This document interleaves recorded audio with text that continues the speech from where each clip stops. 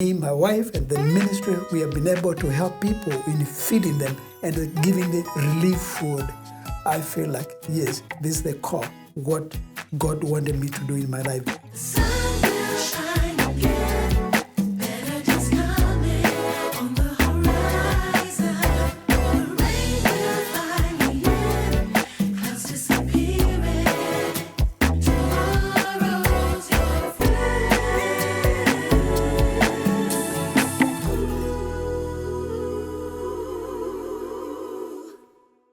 Hello and welcome to the Sweet Spot. Welcome back. We are so excited to be here in the Sweet Spot once again, and thank you to our listeners for always tuning in and supporting us. We really appreciate it. Well, once again today we are back with Dr. Charles Mully, and we are so excited because if you were tuned in last week and you had a chance to listen to his story, phenomenal story. It really feels, when we're speaking with him, it feels like we really are in the presence of an angel. His heart is huge. And if you missed it, please go on Faith Strong today and check it out. But today we have the privilege of having him back in the studio, and we are very excited.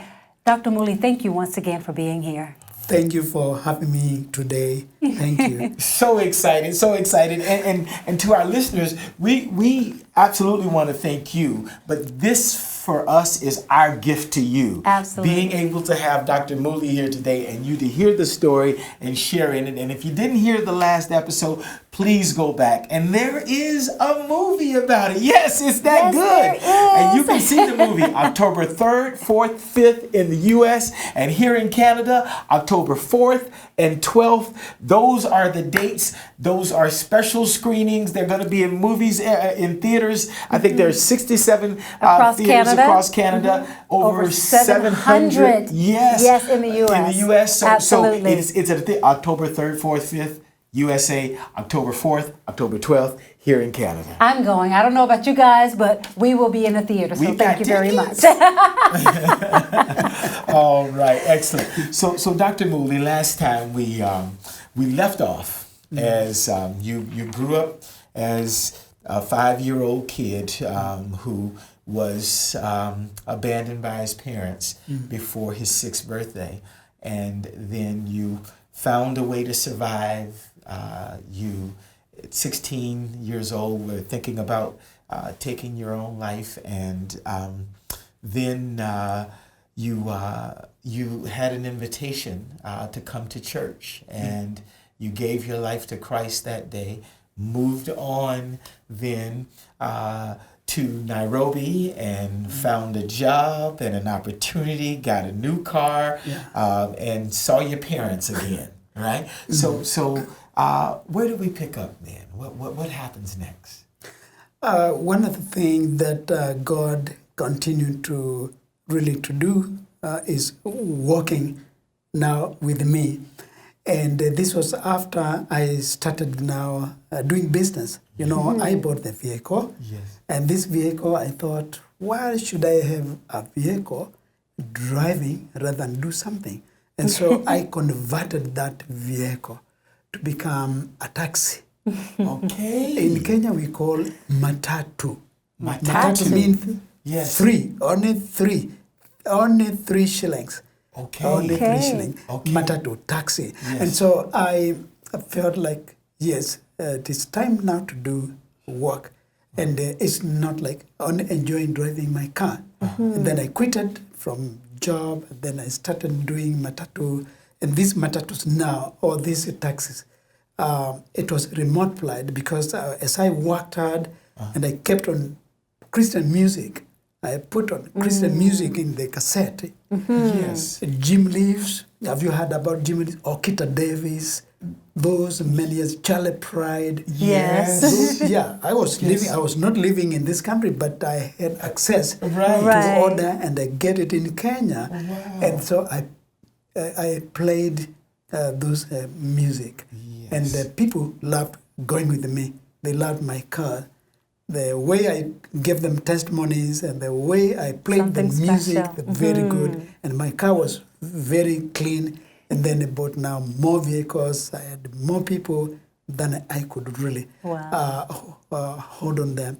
But I bought more and more. I bought, buses, and then my company became big. And after sometimes, then I was able to get an appointment to distribute oil products, gas, and tires for cars. And I was distributing the whole of Western Kenya. So you became the man, in other words. You had the Matatu Church, right? So you played gospel music, you gave testimonies, and then that replicated to all kinds of things. Then. Right. So you had the Matatu gas, and so you it kind of translated. And the buses car. that we all the buses all across were written Mully Express. Mully Ways. Like Kenya Airways. Yes. Mully Express. And so that's how it was. And then, through that, and then the campaign was not only like doing promoting in another way, but by action. People are well treated, and then arrive in time where they're going. And so that was the kind of service people needed. So customer service was that was the big point of difference. Exactly. That's how it was. Yes. And for pour your love, your service to the customers. And then after that, then it made my business to grow. Then I got the distribution of gas and then oil. And then tires for cars, gas, lorries, oil, tires. And then I started also insurance company, broking firm. So you started an insurance company. And the real estate. It doesn't stop. If I drove a taxi, that would be the next thing that I thought of is an insurance company because the insurance is so high. This is amazing. Wow. And as that, reached to the top and then bought properties in Kenya. I built a very nice house for my family, of 8 children, 5 daughters, 3 sons, and my wife. Now let's talk about that for a minute. Can we rewind? Yes, Yes. let's rewind. Tell us when you first met your wife, please. Yes. Well, I met my wife, the place where I was working in the farm. I spotted a young lady who was about 16 years old, and I was going around, and then I saw her, and then I asked her, who are you? And you are young, you are not supposed to work, because she was underage, under 18. She said, oh, my mom is sick. Her mom used to work in the farm as one of the casual laborer. Yes. And then she came to work, and then second time I saw her, and then I felt something touched my heart, and therefore after 2.5 years, we got married after the relationship that was established. So that's how it started, in the place where I started working in the farm.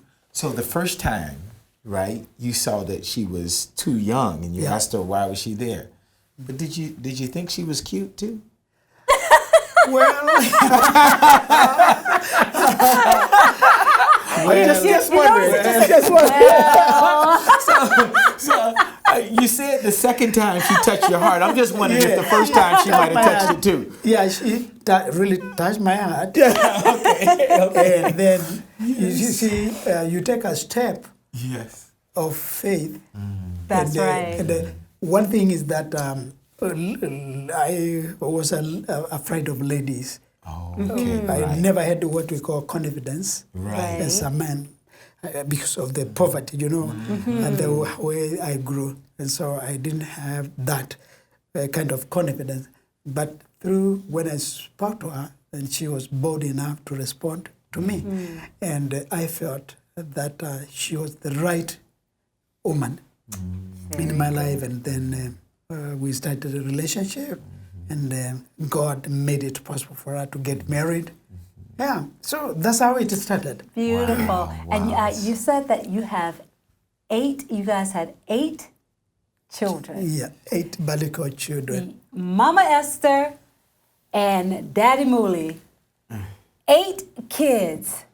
How was that? Like, what was that like? I come from a family of 8 myself. Wow. So I understand being in a house with 8 kids. It's a lot.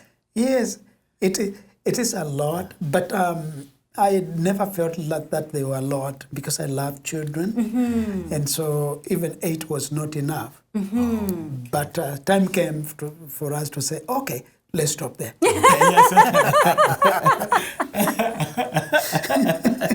Yeah, I think that was a good idea. Yeah, I said, oh, stop it now, let's stop. We have to, even though we love children, no wonder why also God later, brought to me this idea of helping the children, and all these children now came to us. And, as we continue with that kind of life, my wife is there, our 8 children, we went to the church. I was also one of the leaders in our big church. And I happened to visit the city of Nairobi. I drove all the way from Eldoret, where I used to live, over 322 kilometers all the way to Nairobi. And there I was. And how long did Nairobi. How long did that take you? About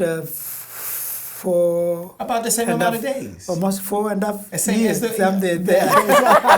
Same as walking, really.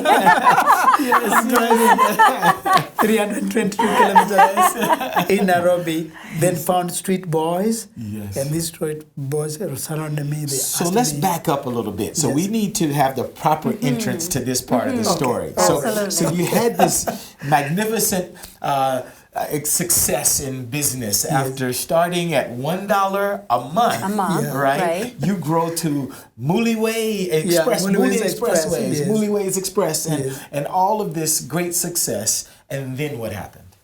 Of course, thereafter, I was able to invest so much on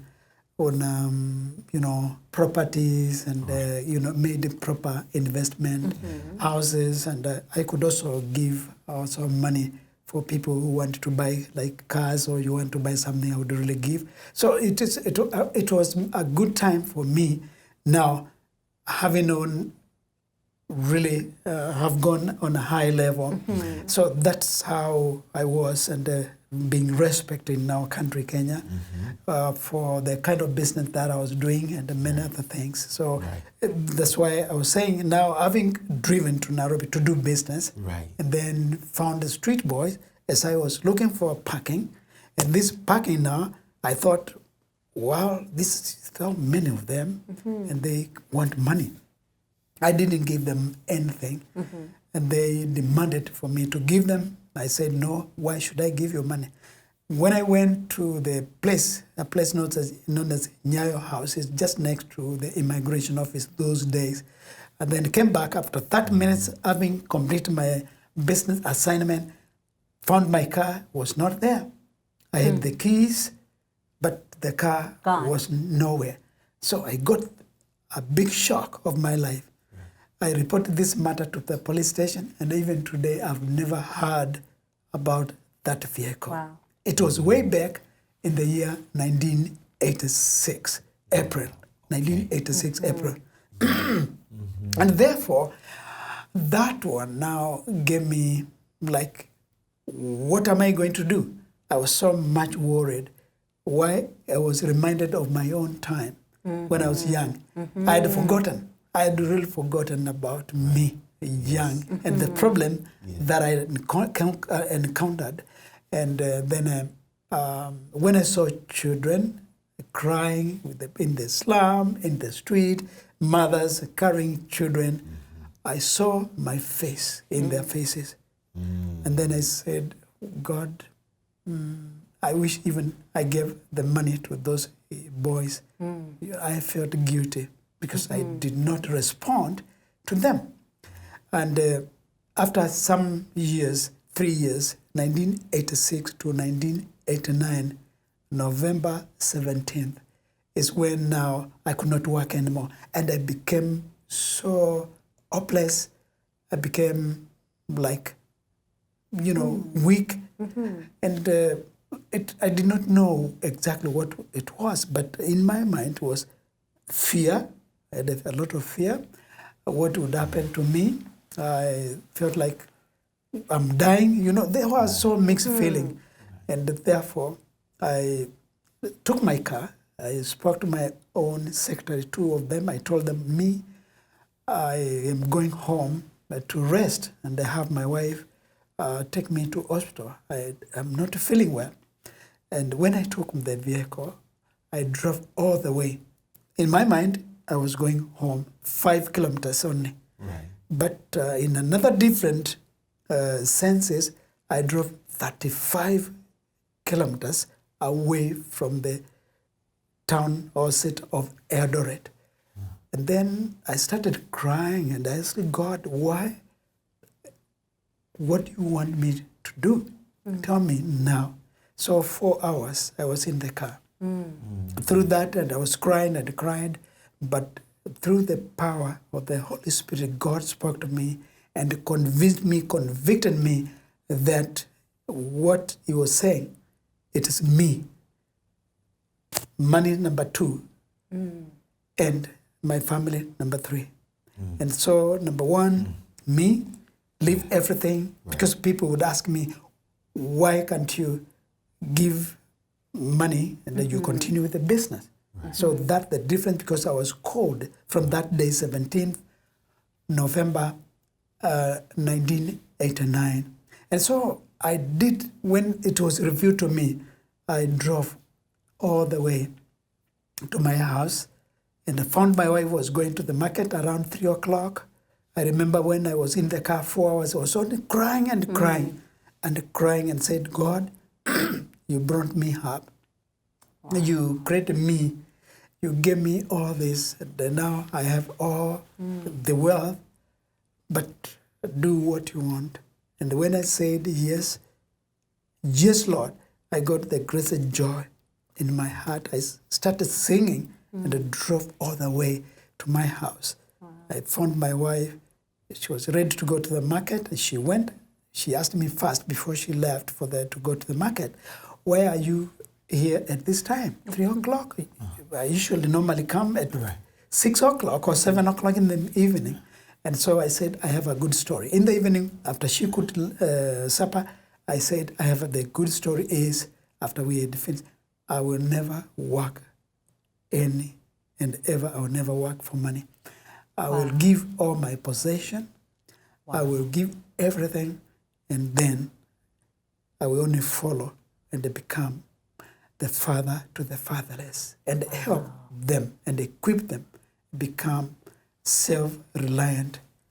My wife could not believe, the children could not believe, and then I went on the following day, went to the street, found the children, brought them in a Mully children family, in my family now, and then started help them. I built schools for kindergarten, I built it for primary school, then high school up to grade 12.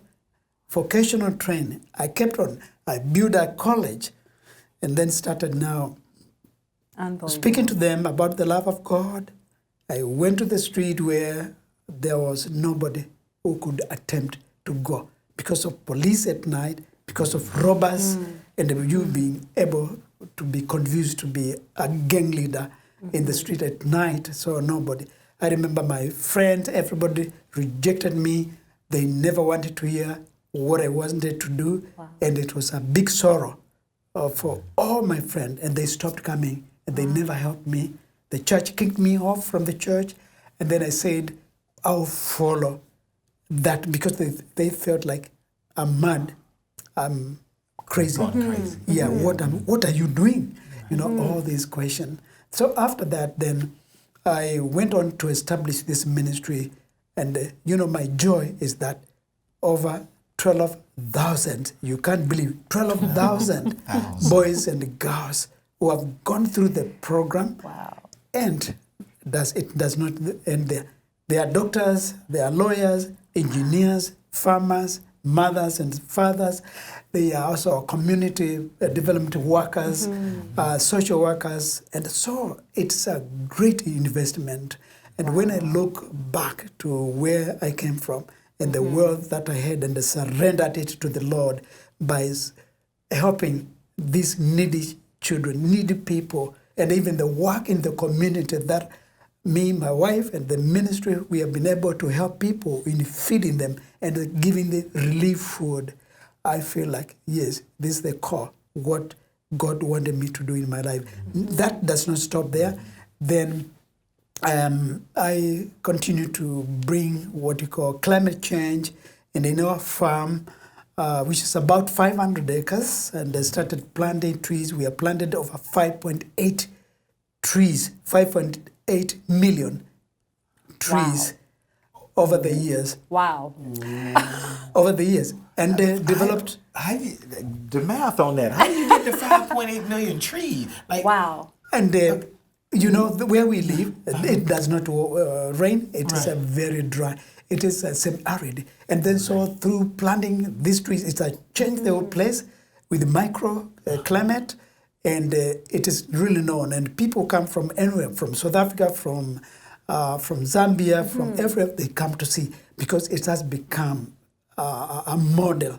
You know, the way we plant the trees, the hose big like this one, put water, as you can see, this water is off, and then put soil, good soil, put water on top, and specimen of about 2 meters, 2 meters like that, and then they are growing. And so it's forest, created a forest in semi-arid area.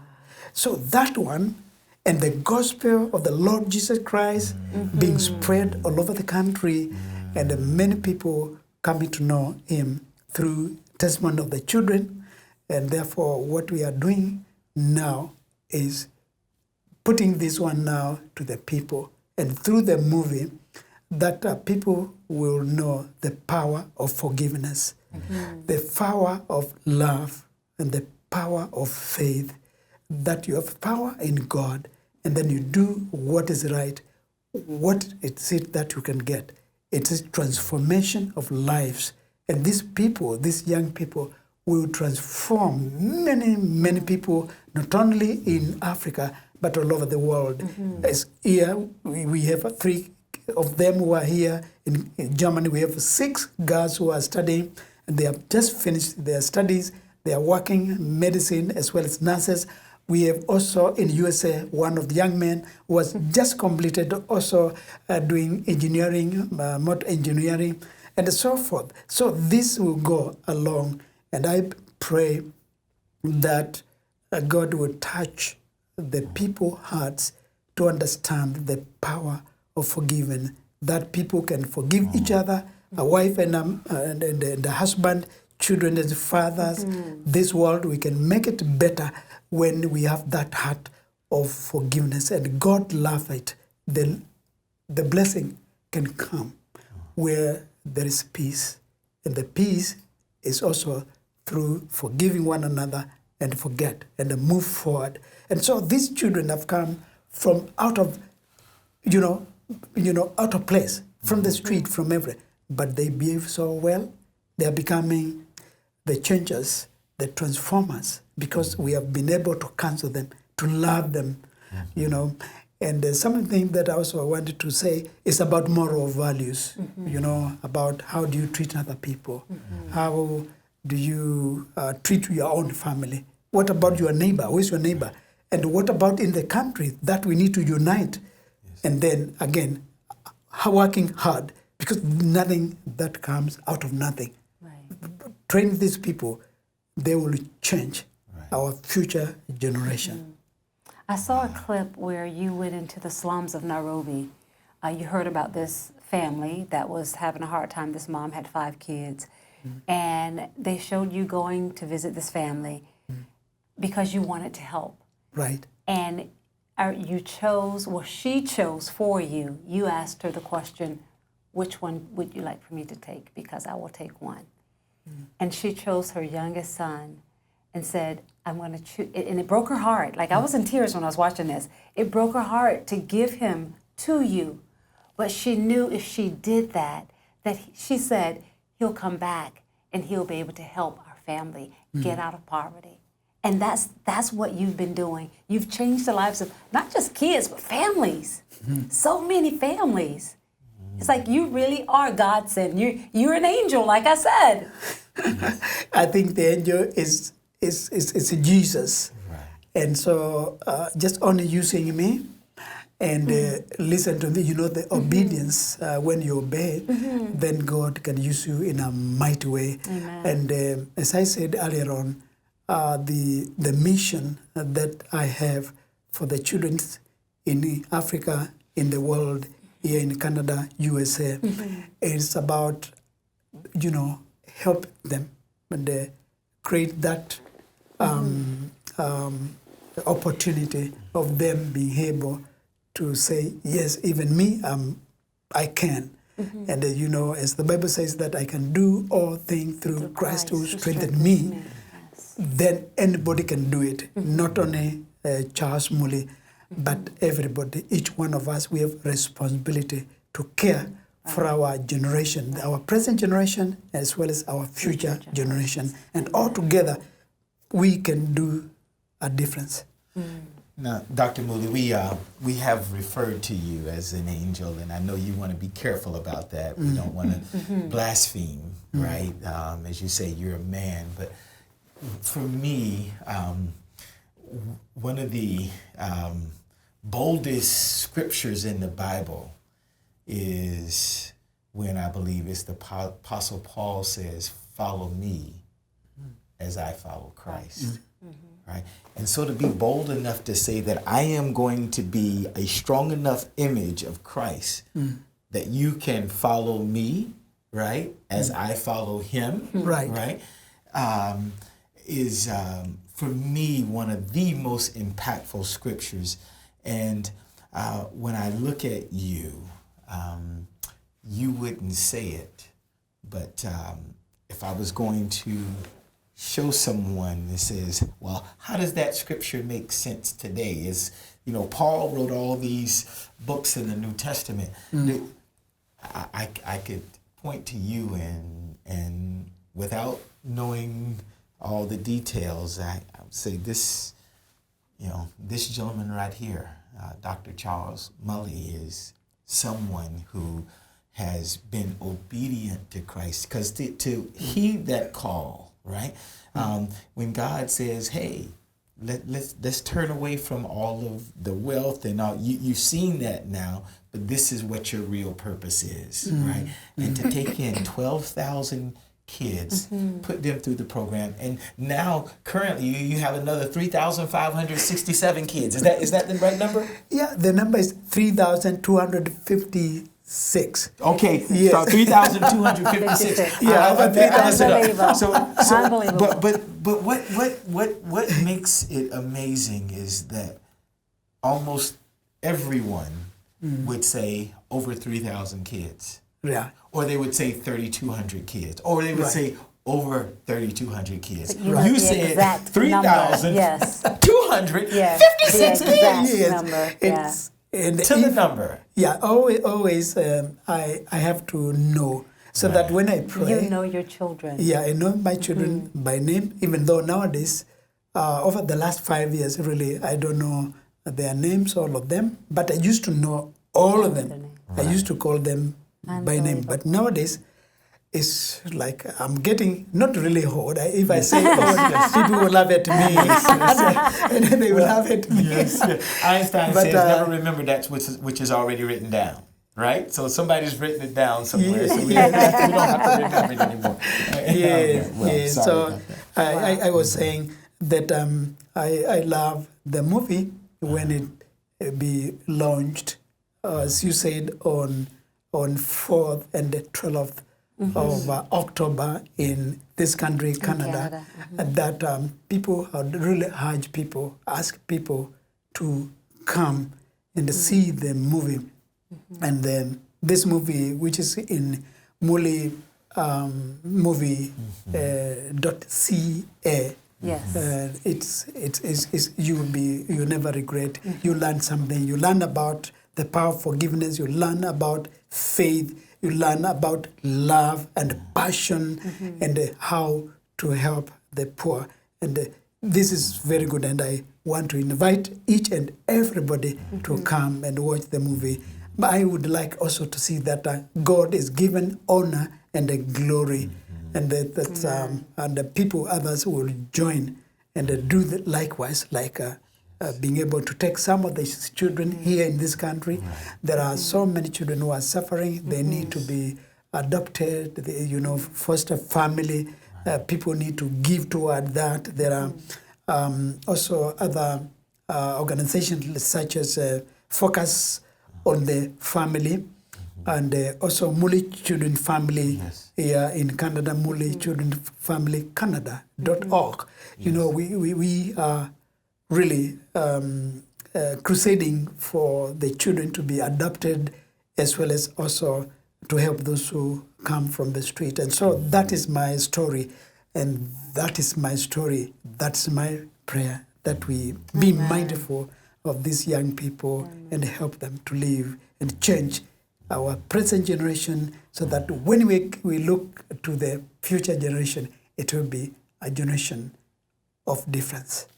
Thank God for you. Amen. Yes, Amen. God bless you. Amen. Just your story is amen. just amazing. Oh, right. Unbelievable. And once again, to our listeners and our viewers, we just want to encourage you to please go out and support Dr. Mully. Like, his story is absolutely unbelievable.